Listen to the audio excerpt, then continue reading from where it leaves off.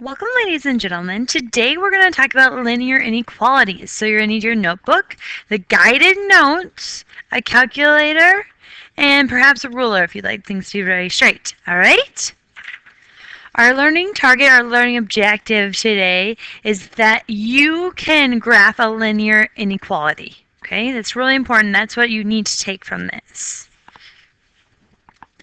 All right, ladies and gentlemen, this part we need to put into our notes. So this isn't part of our guided notes. So we're going to graph linear inequalities and we're going to follow these few steps. The first step is that we need to graph the line. So we usually need to solve for y, and then we're going to graph our y-intercept and our slope.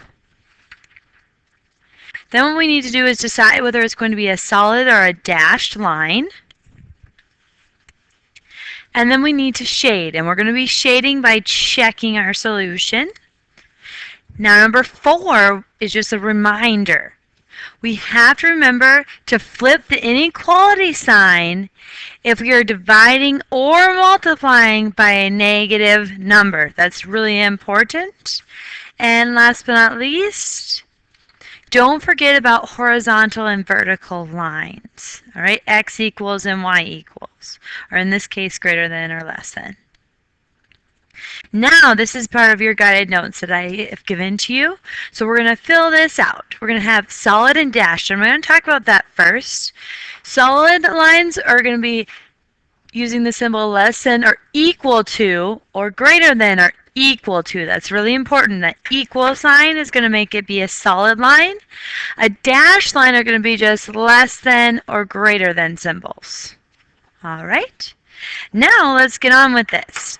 Before we can graph this equation, we have to solve for y. So we're going to take this equation and solve for y. First thing we're going to do is subtract 2x from both sides. I'm going to get negative 3y is less than negative 2x plus 12. Now to get rid of this negative 3, we're going to divide everything by negative 3. So we're going to divide everything by negative 3. Now remember, we just divided by a negative, so we have to switch our sign. So now this is going to be y is greater than, 2 negatives become a positive, so this is going to be 2/3 x. 12 divided by negative 3 is going to be a negative 4. So this is our new equation that we're going to graph. If we look at this equation, my slope, so my m is 2/3, and my y-intercept, my b, is negative 4. As we recall, we're going to graph our b first, so I'm going to go down 4, 1, 2, 3, 4 on my y-axis. Now I'm going to do my slope, so up 2 over 3. Up 2 over 3. Up 2 over 3. I'm going to go in both directions, so down 2 over 3, down 2 over 3. Now we have to decide if it's solid or dashed. Now if we look at this right here, this is just a greater than symbol, so it's going to be a dashed line. So this is where you can use your ruler if you would like. We're going to create that dashed line through here.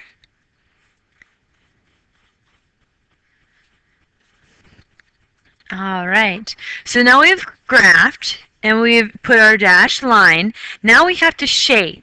Now when we work on shading, we're going to come over here and we're going to check. And what I like to do, I pick one point on the graph and I'm going to check to see if it is a solution or not. If it is a solution, I'm going to shade that way.